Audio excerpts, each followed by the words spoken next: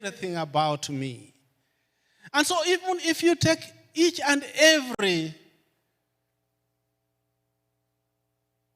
apostle, every disciple of Jesus, you will find that they go out there in the end to tell their experience with Jesus. Peter says, what we are telling you is what we heard and saw with our own eyes.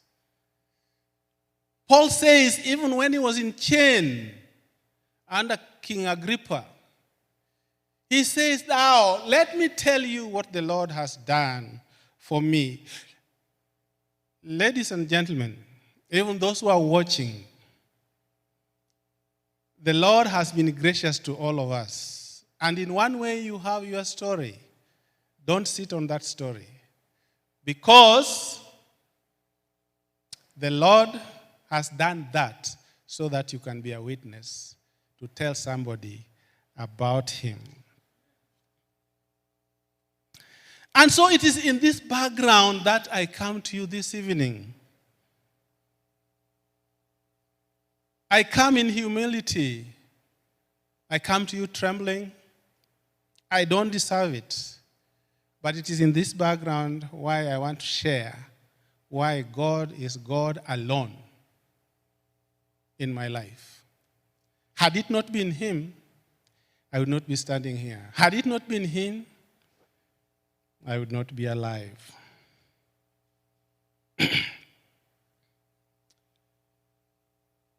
He has done this not because I'm any better than anybody, but he has done this because of his grace. And I believe he's still working on me.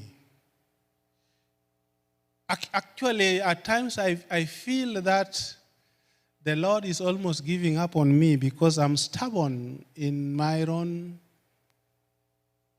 dark ways, which I'm not giving up.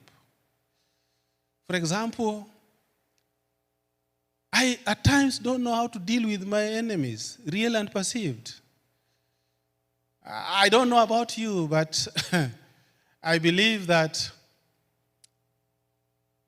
we have our own issues. But I believe that God is still working on me, and through his grace and mercy,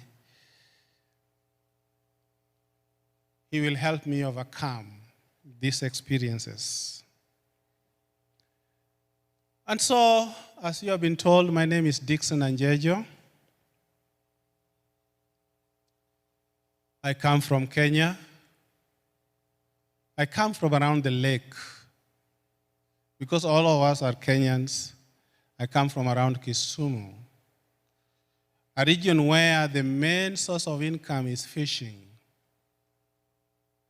I remember when I was going to school, I could leave going to school and tell the teacher, you can't cane me because if you cane me, I'm going to fish. You can take your school.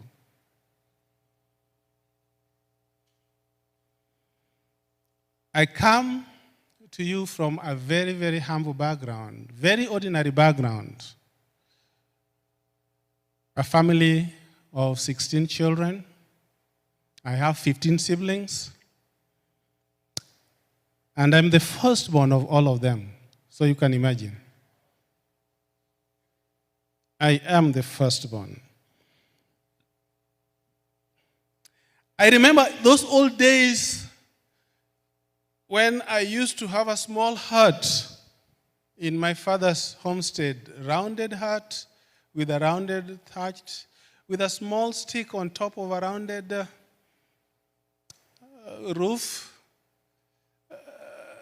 which was grass thatched. I don't know whether you can identify with that, but that's my background.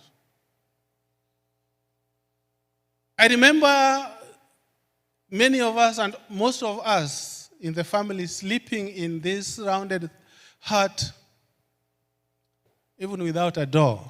What we could afford was a mat just to make sure that at least we have something to keep the door shut.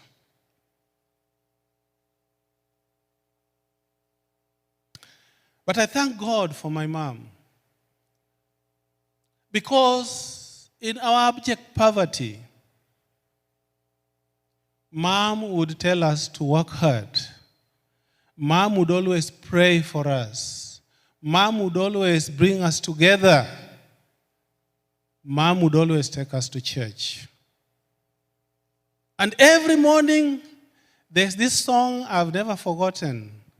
Lord in the Morning, number 39 in our hymnal. I know you know about this song. Lord in the morning, thou shalt hear. You know, when you sing that song in vernacular, it comes out very clear and very sweet than when you sing it in English. And she used to invite pastors to come to our home to pray, to pray for us and also to encourage us. And she really made sure that we worked hard. In our abject poverty, we would laugh out there. But at times we go without food. I remember times when I had to go to Karota. Oh, personal file.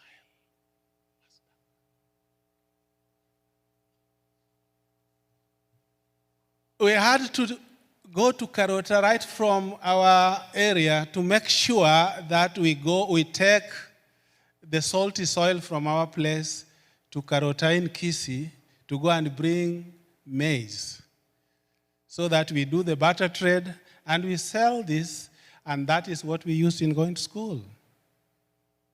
So when I'm in school, my mom goes. When I come back, then I go to Karota in Kisii. I drive the donkey. And through that, by God's grace, we were able to go to school. But glory and thanks be to God, because when I was of age, God took me to a pastor's house, a pastor's home, and directed me there, and I was blessed with a wife. This was the turning point in my life up to date.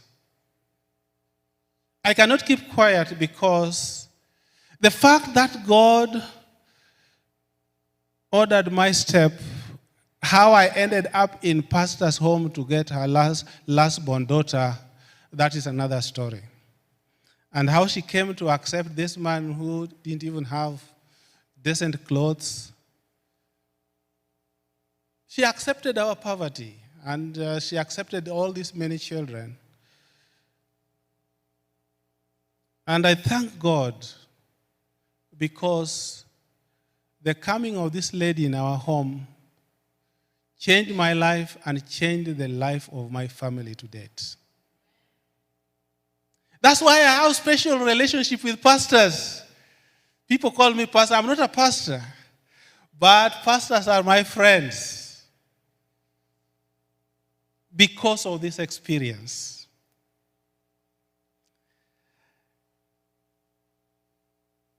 I was able to marry this pastor's daughter, the PK. At the time, I didn't have a degree. The time I was supposed to go to Nairobi University. But the pastor, with his children, sponsored our wedding. And then after wedding, he said, "Hey, young man, you are not going to secular university. You are going to our school called Baraton." I had never heard about Baraton before. "You are going to our school called Baraton." Nowadays, it's called University of East Africa, Baraton. "Because you cannot marry my daughter and leave her behind. But when you go to Baraton, you'll be together because they have a provision for married couples. Don't worry about money, the Lord will provide." My friends discouraged me, but I decided to stick to what my father-in-law told me. I abandoned the admission to Nairobi, and then I went to Baraton.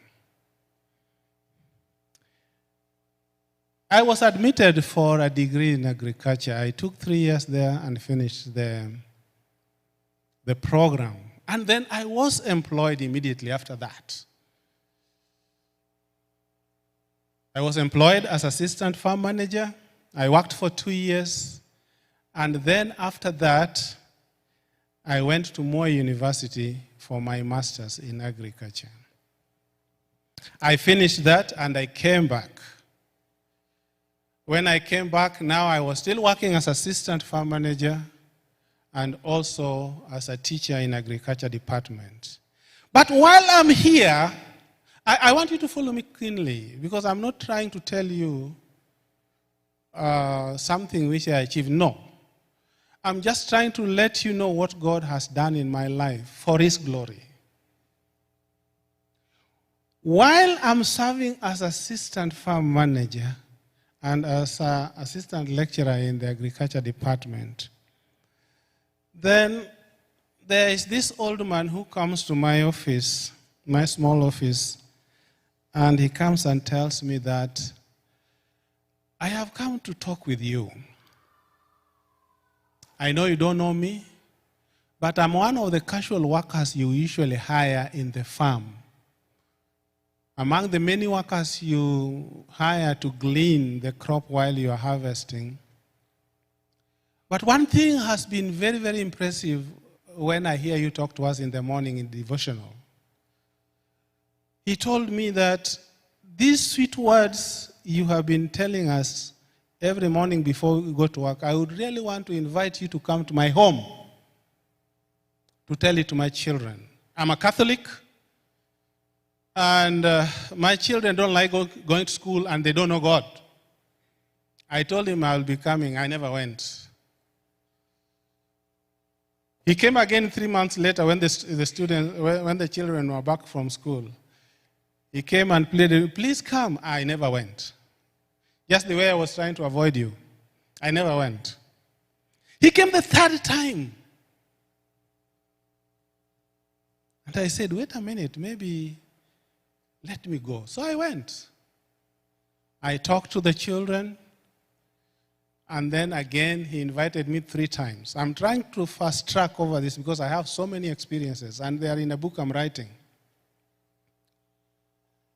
So after the third talking with the children and the community around, then this Seventh-day Adventist pastor in that district came to me with the 2 elders. They looked for my office, and then they found me. I was almost going to class. They told me, we are looking for somebody called Anjejo. I asked him, why are you looking for him? We want you to come and hold a crusade in my district. I said, what? Do you know the person you are talking to? I am not a pastor. I'm not a son of a pastor. Though I have a relationship with a pastor because I'm married to a pastor's kid. But you are in the wrong office and you are talking to the wrong person. We argued for over an hour and we parted ways. I told them we have theologians here, we have seminary department, but it's stuck that we want you to come. I didn't go. And we parted ways. And they were so disappointed that they went back to the gate to take the matatu back home. Now, while they were waiting for the matatu at the gate, that man I went to his home 3 times also came again. I want you to come again. Now, this time the crowd will be a little larger because the youth are really receiving this message. And he pointed to the date that pastor wanted me to go and start the crusade. I said, wait a minute, maybe the Lord is calling me. I need to listen. So I sent a student to go and bring the pastor and the 2 elders back. And before this old man in my small office, I said, I will come. I've never preached, but I will come. I have a conviction there's something the Lord wants me to share. And so I went to the theology department. I told the chair of the department, and I told the pastors there. And they were so gracious because They gave me students to prepare me, to teach me how to preach and also to teach me how to prepare sermons. That's how I started. I went. Every evening I was going. For 3 weeks. I would take my car and then go. I go with my wife. This was the beginning of my coming to America. How?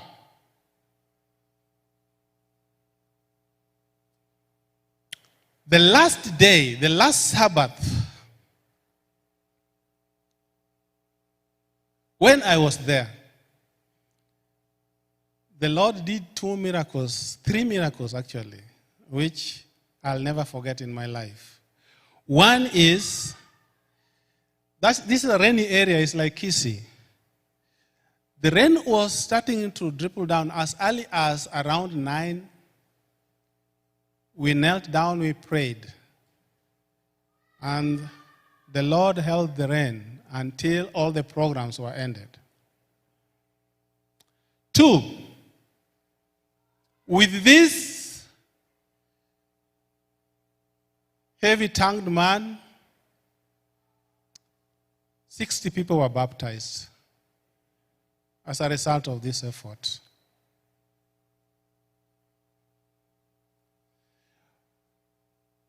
I didn't realize, because there were so many people, I didn't realize that among the people were also the university president and his administration.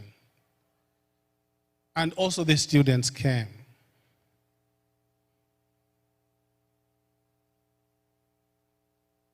After the baptisms, 2 weeks later, the university vice-chancellor, which here we call president, and his administration came to give a report from Harare. During that time, the headquarters of the church was still in Harare. He came from Harare and his administration and said that, okay, I have news updates I want to give you from the meeting. The University Council in its meeting in Harare, Harare in Zimbabwe, decided to give full scholarship to Dixon Anjeja and his family to go to Loma Linda to do his master's in public health and PhD in public health. Everybody was stunned. Actually, me, I was in that meeting. I was sweating, to be honest. I was sweating. It was as if I was hearing something I've never heard. And then after that meeting, he called me to his office and told me, the Lord impressed me and the whole administration that we should give you this scholarship. We have seen in you that you are committed to this church, and if we take you to school, you will not run away. So what I want you to do is start applying. You know, I was given scholarship even before I applied. I didn't even know that there was something like that.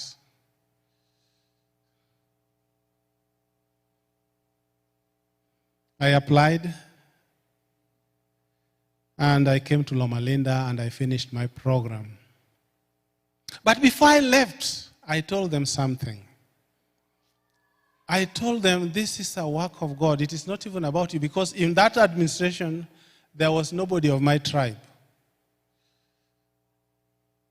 There were people from Zimbabwe, from Malawi, from different countries. And there were only 2 Kenyans in that administration, Dr. Mutinga. It was Dr. Mutinga. I told them that whatever it takes, I will come back. Because the contract is not between me and the church, but the contract is between me and God, because I see what God has done in my life. Whatever it is, as long as I'm alive, I'll come back. And so at the end, when I was just finishing my program, God blessed us with a green card. And now I had another challenge. Green card, I stay in the US or I go back as I promised. It was a hard decision.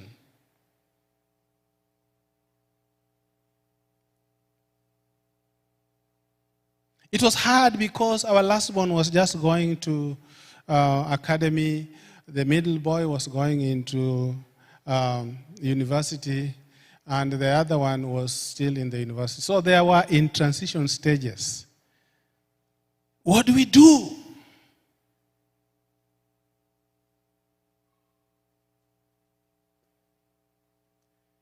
I remember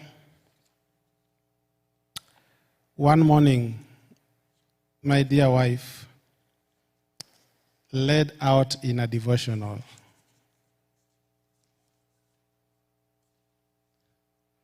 Luke 14:25.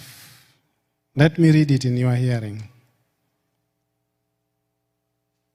Luke chapter 14, verse 25.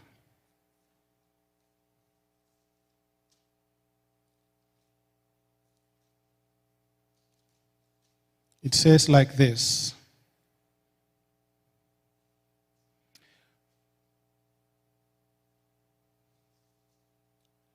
Large crowd were traveling with Jesus, and turning to them, he said, "If anyone comes to me and does not hate father, mother, wife, children, brothers, sisters, yes, even their own lives, such a person cannot be my disciple."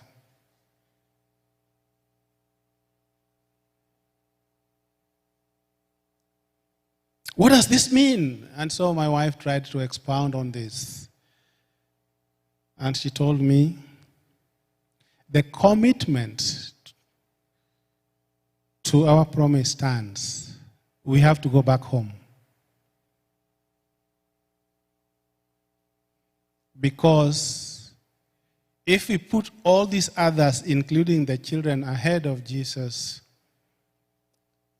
then we have missed the point. And we will forget, or we have forgotten, where the Lord has taken us from.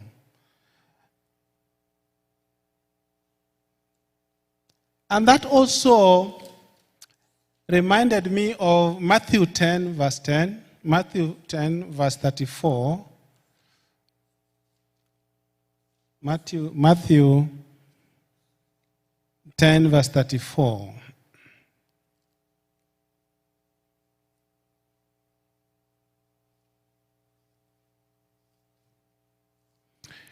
It says like this, 34. It says, "Do not suppose that I have come to bring peace on earth. I did not come to bring peace, but a sword. For I had come to turn a man against his father, a daughter against her mother, a daughter-in-law against her mother-in-law. A man's enemies will be the member of his own household. Anyone who loves their father or mother or their children or their family more than me is not a part of me."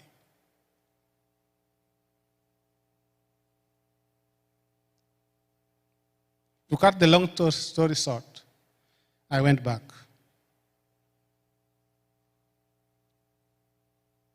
I separated with my family because we decided to leave my wife with the children, and then I went back. And I stayed in Kenya for 7 years. 7 years. Though, of course, I was commuting back and forth, back and forth, back and forth. But I stayed away from my family because of the commitment which I had given. Of course, when I went back, of course, as usual, you'll find the Kenyans, they talk the way they talk. This one has come again without his wife. Oh, his wife has been married to a Mzungu. Oh, these are our children. What has gone wrong with them? Because the other time, others also came without their families. And this one again, we will not take them out there again. But they did know the story behind the story.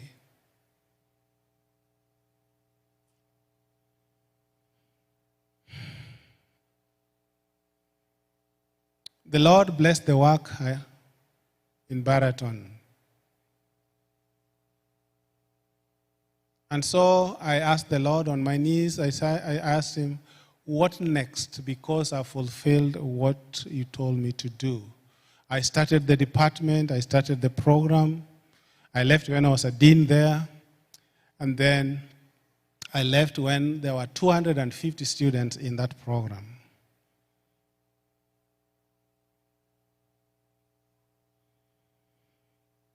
And so in between, I don't know how the Lord shaded the eyes of these immigration officers, because I would come and go and come and go. But the last moment I came, they say, "You mean you are on green card and you don't stay in this country?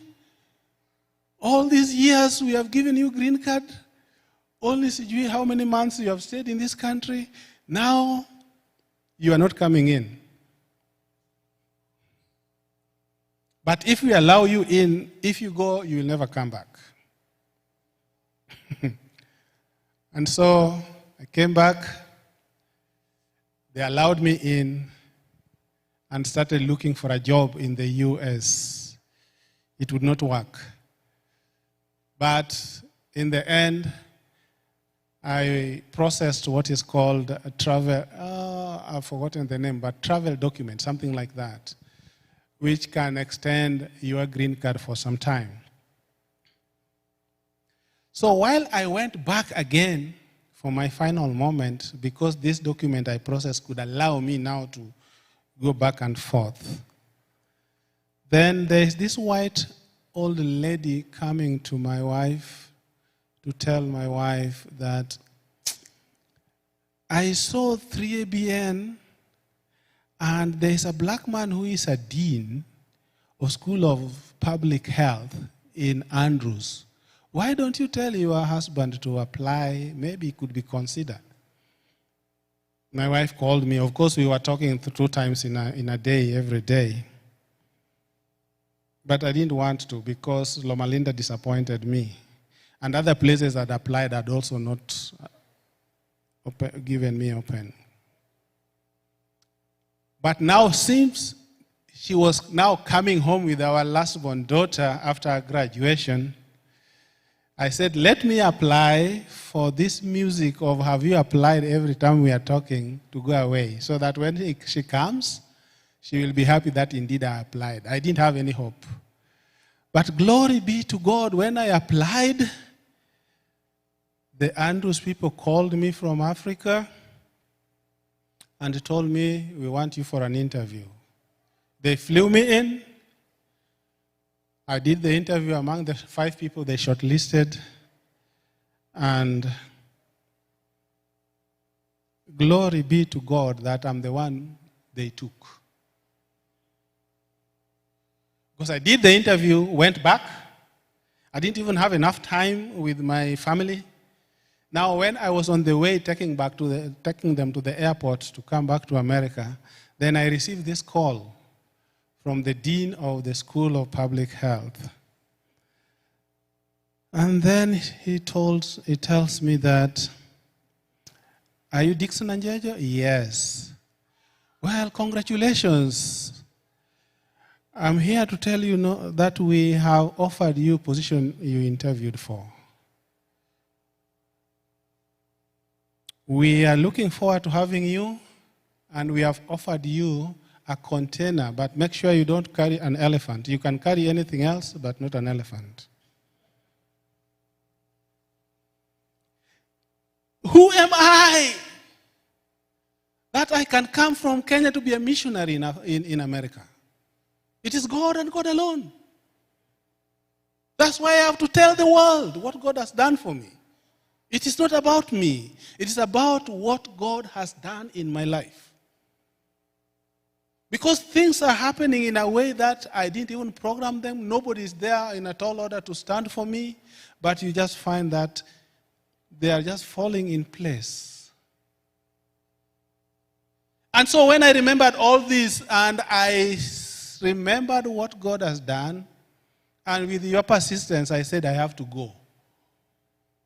This is the background why I'm here. I said, I cannot forget. As I come to conclusion over this matter, there are 3 things I want to tell you, which when I talk about, I feel like shedding tears. And I keep saying, had it not been God,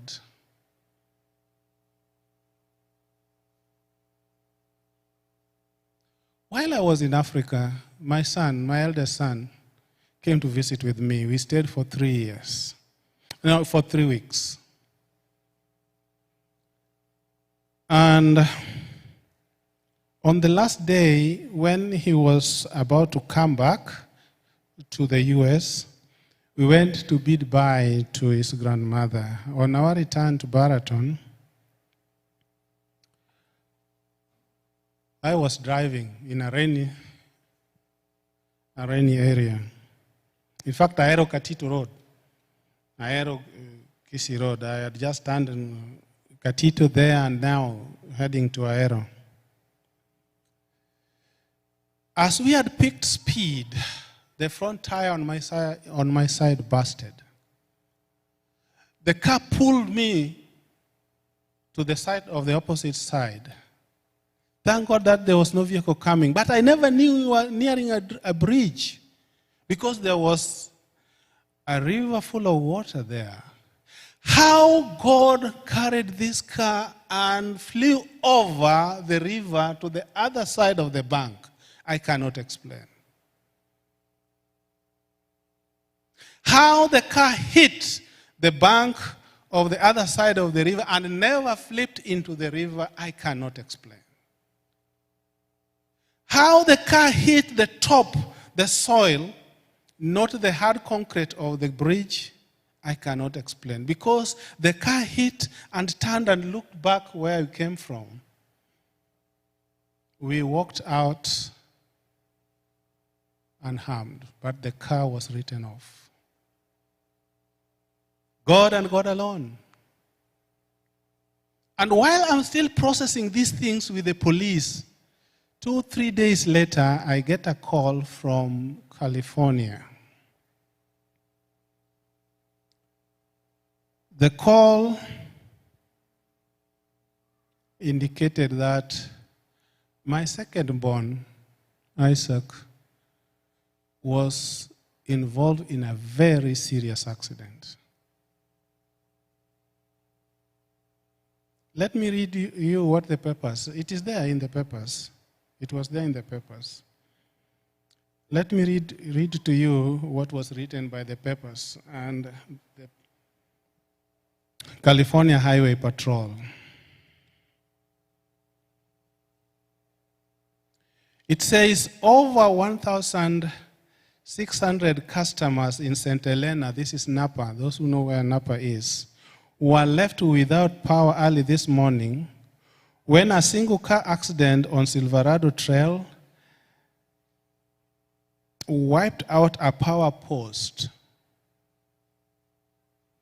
The motorist, identified as Isaac Anjejo, that's my second born, he was 23 then, of Loma Linda, lost control of the car about 5:20 a.m. and struck a pole on the opposite side of the road. The impact caused lines to fall on the highway, and the area and the town was in darkness for over 7 hours.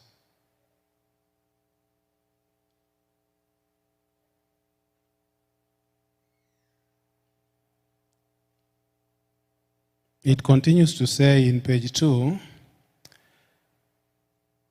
at this time it is unknown why Anjejo's vehicle veered off the trail. The California Highway Police said alcohol or drug are not suspected to be a factor in the accident. The whole town was in darkness for 7 hours. The car was smashed into pieces. But my child walked out alive.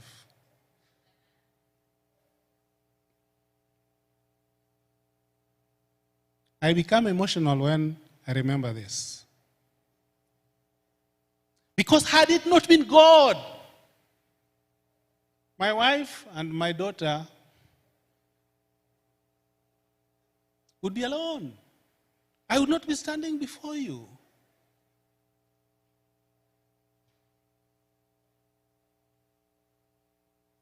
The last one I'm giving you. And this happened when I was just recently. I've not shared this to many people. Maybe this is the first time I'm sharing it to the public. I'm from the university. I went to take my wife on Friday, going for shopping. Before we reached the grocery shop, somebody was trailing us, pointing a gun at us. I didn't realize this until we parked. When we parked, this somebody just parked by the side of me and called me, "Come out." I said, "What?" "I don't know you." I rolled up my window, then I took off. As I took off, he also took off. I told my wife started crying. "Hey, don't cry, but call the police immediately. Call the police immediately."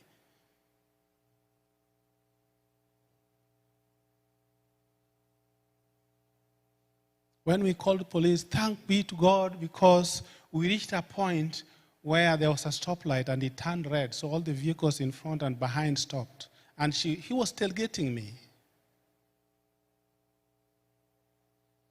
The police talked with us and said, "Where are you?" And they gave us the instruction, do this. And then we went and we told them where we parked. And they told us, "Park there, don't roll down the window, and don't come out. We will be there within a very short time." As we parked, and I don't know how it happened, because as we went to this shop where we told them we were, I didn't park so that he could park alongside, but he parked behind me. I parked on the exit. So he would not come and park on the side, but he parked behind me.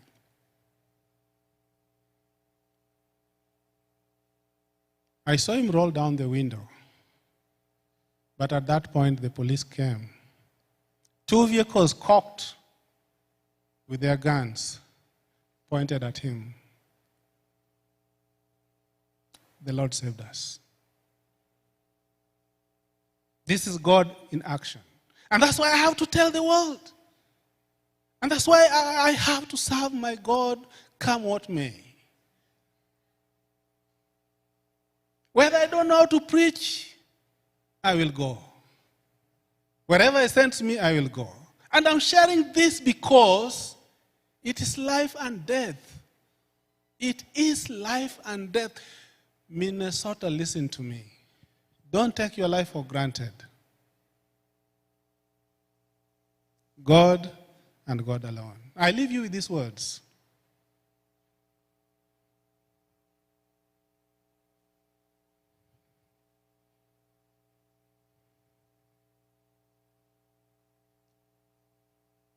Time is no more.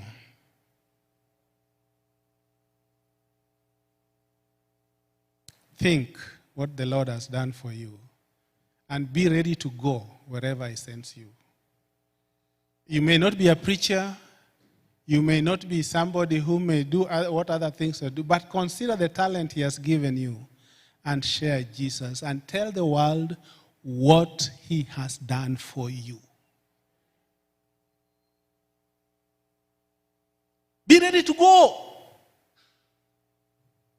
It is in the going where you will honor your God.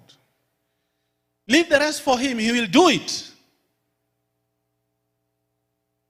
And when you give Him honor and glory, you will see how He walks you from stage to stage for His sake. And so call other people, because we want to share Jesus. We want to share what Jesus has done for us. We want to share Jesus, how He has been good to us, so that we don't sleep on the pews. We don't become compliant, and we don't think that we have arrived. It is time to wake up. The time is now. God and God alone. God bless. Are you able to play that song?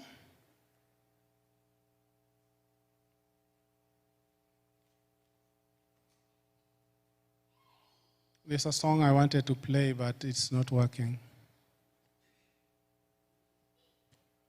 See you tomorrow. Tomorrow, when I come tomorrow, I'll be talking about families. Don't miss out on this. Bring Moses, bring the young people, bring Okinamama. We want to talk intimate issues about families. Because you cannot go to testify if down here is rotten. We have to understand where we are. See you tomorrow.